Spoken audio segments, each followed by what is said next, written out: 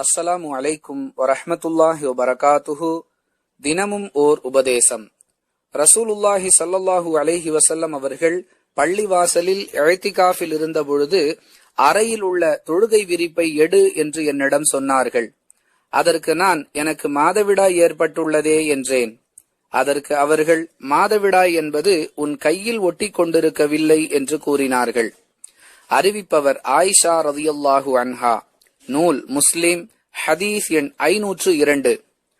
அன்புள்ள சகோதர சகோதரிகளே, மாதவிடாய் காலங்களில் பெண்கள் தீண்டத்தகாதவர்களாக கருதப்பட்டு அவர்களை எந்த காரியத்திலும் ஈடுபடவிடக் கூடாது, எந்த பொருட்களையும் தொடவிடக் கூடாது என்பது போன்ற எண்ண ஓட்டம் பலரிடம், குறிப்பாக முஸ்லிம்களிடம் இன்றளவும் இருப்பதை நம்மால் காண முடிகிறது.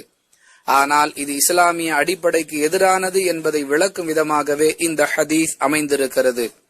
தொழுகை விரிப்பை எடுத்து தரும்படி மாதவிடாய் ஏற்பட்டுள்ள ஆயிஷா ரலியல்லாஹு அன்ஹா அவர்களை நோக்கி பெருமானார் ஸல்லல்லாஹு அலைஹி வஸல்லம் அவர்கள் சொல்வதிலிருந்து இது போன்ற எண்ணங்களை நாம் அப்புறப்படுத்த வேண்டும் என்பதுதான் இந்த ஹதீஸிலிருந்து நமக்கு கிடைக்கக்கூடிய பாடம்.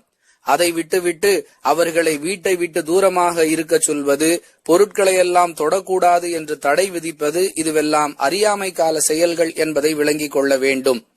தொழக்கூடாது, நோன்பு நோற்க கூடாது, குடும்ப வாழ்க்கையில் ஈடுபடக்கூடாது, பள்ளிவாசலுக்குள் செல்லக்கூடாது ஆகிய காரியங்களை தவிர்த்து அவர்கள் மற்ற அனைத்து காரியங்களிலும் வழக்கம் போல் ஈடுபடலாம் என்பதுதான் இஸ்லாமிய வழிகாட்டுதல். புரிந்து நடந்து கொள்வதற்கு அல்லாஹ் உதவி செய்வானாக. வாஹிர் தவானா அனில் ஹம்துலில்லாஹி ரப்பில் ஆலமீன். அஸ்ஸலாமு அலைக்கும் வரஹ்மத்துல்லாஹி வபரகாத்துஹு.